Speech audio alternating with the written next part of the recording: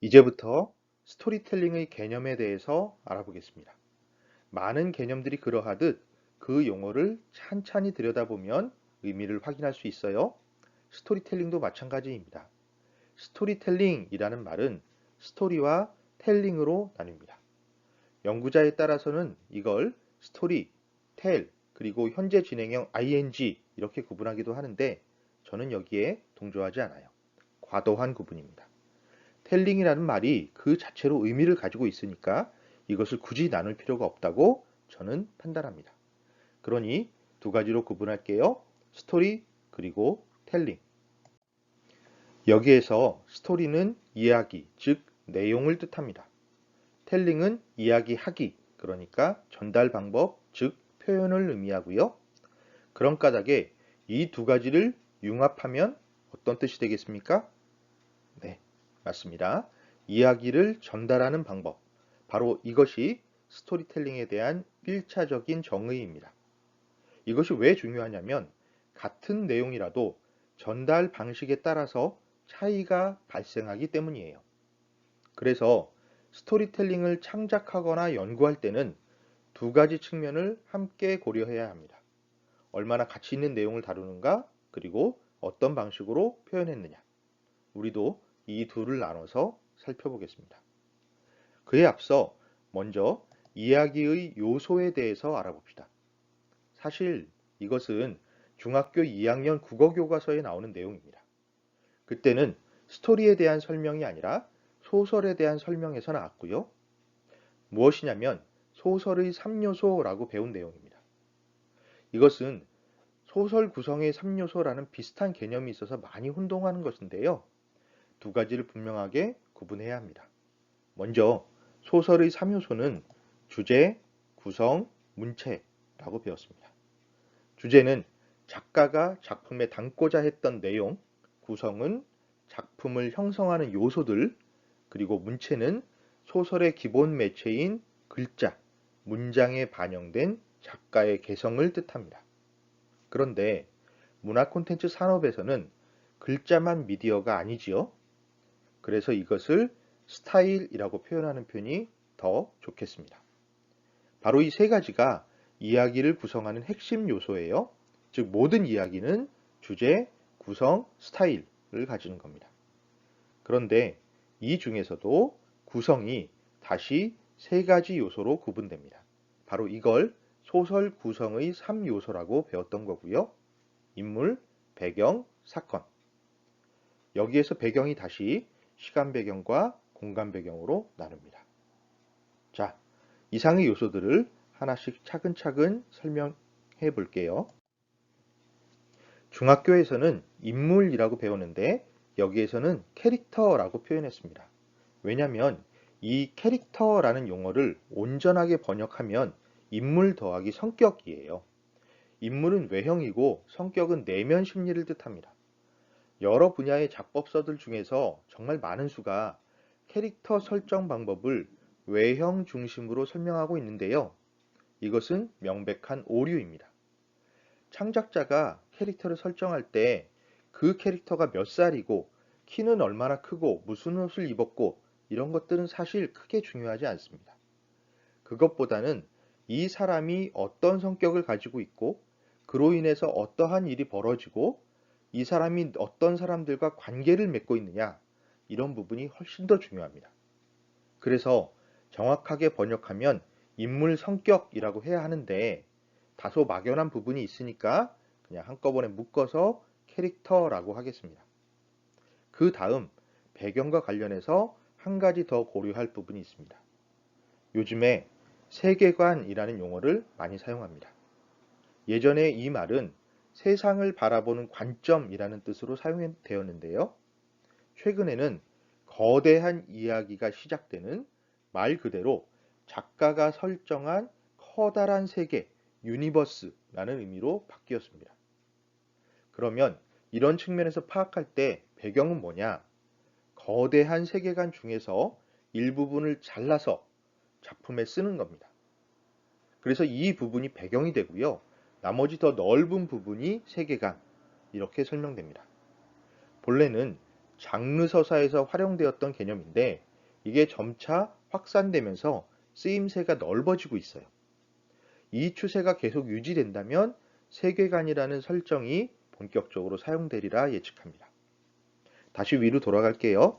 사건은 이야기를 이끌어 나가는 힘입니다. 그래서 스토리텔링 창작자들은 구성의 3요소를 이런 순서로 외우면 좋습니다. 캐릭터, 배경, 사건. 왜냐하면 이것이 창작의 순서와 똑같기 때문입니다.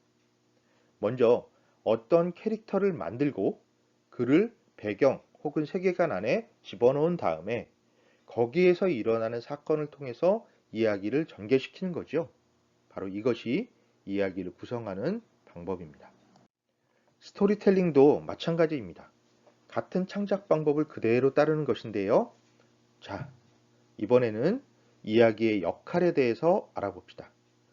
다음은 몇 가지로 정리할 수 있는데 하나씩 살펴보겠습니다. 일단 이야기는 창작의 핵심이에요.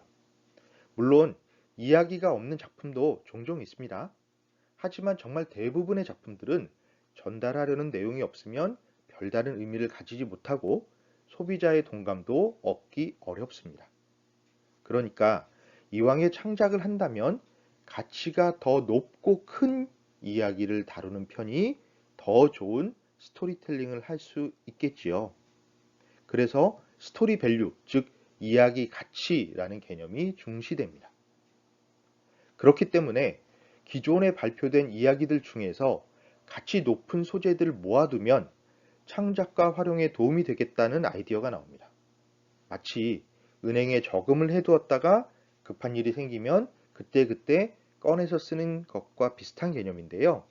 여기에서 이야기 은행, 즉 스토리 뱅크라는 개념이 나왔습니다. 왜 지난 시간에 문화 자산이라는 표현을 했는데요. 이 문화 자산이 풍부한 나라로 영국과 중국을 들었습니다. 그러니까 이런 나라들은 스토리 뱅크 안에 좋은 자산이 많이 쌓여 있는 것이죠. 물론 자산이 많다고 해서 좋은 작품을 만들 수 있는 것은 아닙니다. 하지만 자산이 풍부하면 좋은 작품을 만들 수 있는 가능성이 더 많아지는 거죠. 다음으로 이야기는 흥미를 자연스럽게 유발한다라는 특징을 가집니다. 왜 어린 시절 잠이 오지 않으면 할머니 무릎을 베고 누워서 옛날 얘기 해주세요 라고 졸랐던 것처럼, 그리고 MT나 수련회를 가면 꼭 시키지도 않았는데 무서운 이야기를 3, 4, 5 모여서 하는 것처럼요. 이렇게 이야기는 인류가 가지는 가장 기본적인 흥미 유발 수단입니다. 그렇기 때문에 호모 사피엔스, 생각하는 인간, 호모 파베르, 도구를 사용하는 인간, 호모 루덴스, 로리하는 인간, 이런 식으로 인간의 특징을 설명하는 용어 중에 하나가 호모 나렌스입니다. 즉, 이야기하는 인간이란 뜻이에요. 말하기는 인간이 가진 가장 기본적인 특징이라는 의미입니다. 같은 맥락에서 이야기를 통해 체험을 공유한다라는 설명이 나왔습니다. 이건 우리한테 굉장히 익숙하죠? 영화를 보고 감동을 받으면 그 느낌을 온전히 혼자 간직하는 일도 좋지만 친구들과 함께 이야기를 나누다 보면 그 느낌이 더 풍성해지는 경험을 하셨을 겁니다. 바로 이것이 체험의 공유와 연결됩니다. 여기에서 나아가 이야기는 몰입을 유도한다. 이야기를 통해 몰입감을 경험하게 된다라는 견해도 도출됩니다. 미국의 심리학자 미하이 칙센트미하이가 대표적인 연구자인데요. 그는 창의성의 즐거움, 몰입의 기술, 몰입의 즐거움 등의 저술을 통해서 창조적인 사람이 되려면 전문 지식, 창의적 사고, 몰입 이렇게 세 가지를 갖춰야 한다라고 설명합니다. 자세한 설명은 미하이 교수의 저서를 읽어보시길 권합니다. 이번에는 텔링에 대해서 알아보겠습니다. 텔링, 즉 이야기를 전달하는 방법은 여러 가지가 있습니다. 예술 분야에 따라서, 장르에 따라서, 작가에 따라서, 그리고 작품 성격에 따라서 활용되는 방법이 다 달라요. 이 중에서 대표적인 것 세 가지만 살펴보겠습니다. 먼저 줄거리가 있습니다. 영어로는 스토리라고 하는데 우리가 앞에서 다룬 이야기라는 뜻과는 다릅니다. 줄거리는 뭐냐면 시간의 순서에 따른 설명입니다.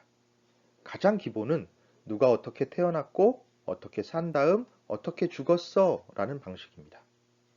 이는 주로 고전 소설에서 많이 쓰였는데요. 전우치 전, 심청 전, 춘향 전 할 때의 바로 그 전입니다.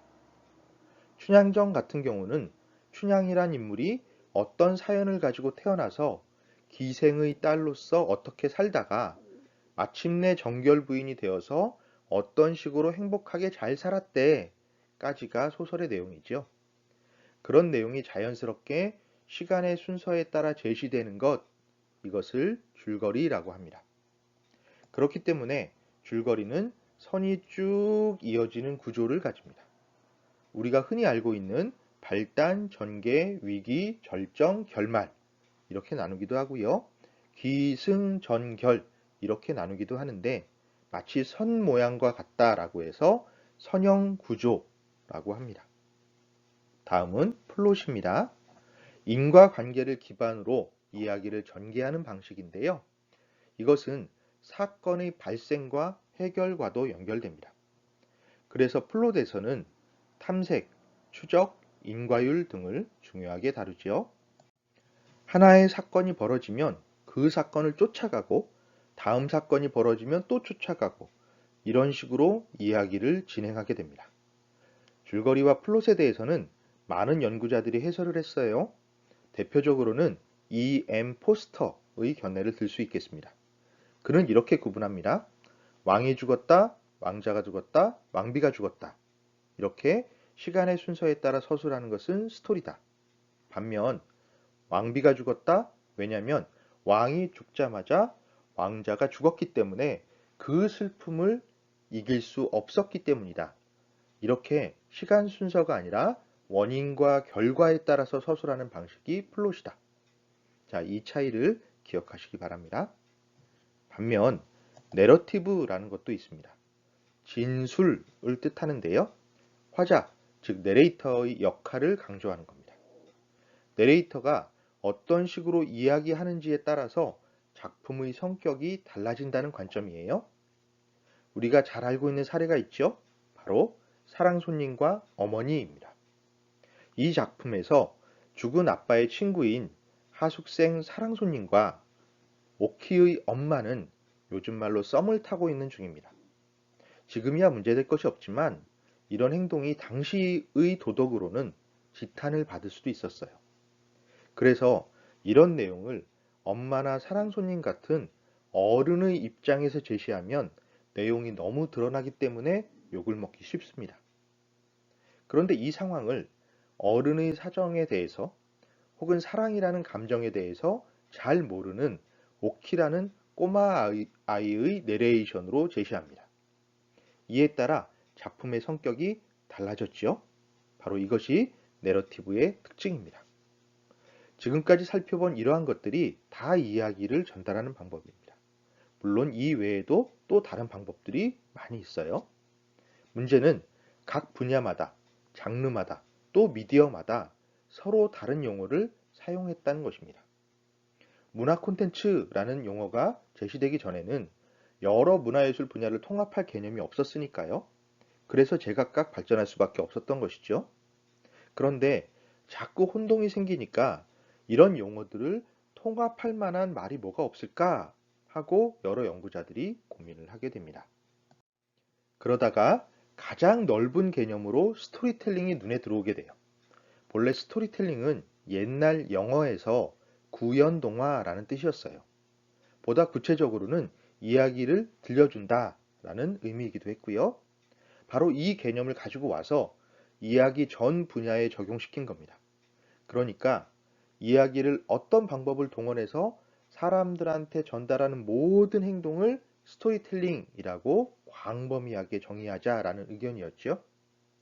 이 관점에서 스토리텔링은 말 그대로 이야기, 스토리라는 내용을 어떤 식으로 전달, 텔링할 것인가를 다루는 활동이라고 규정하게 된 겁니다.